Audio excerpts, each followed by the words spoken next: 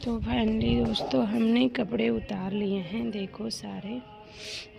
और अब चलते हैं नीचे, चाय बनाएंगे क्योंकि अभी बजे तो 3:30 का ही टाइम हुआ है, लेकिन चाय बनाएंगे। अब चाय बिना मन नहीं करता। और देखो ये हमारे पीछे का पोर्शन है, यो देखो ये पूरा प्लॉट खाली है पीछे का, तो इस वजह से इसमें हरा भरा। लेकिन इसमें जब हवा चलती है तो खड़पड़ खड़पड़ बहुत तेज़ आवाज़ आती है, देखो। तो चलो नीचे चलते हैं, बनाते हैं चाय। बनी रहना हमारी वीडियो के साथ में।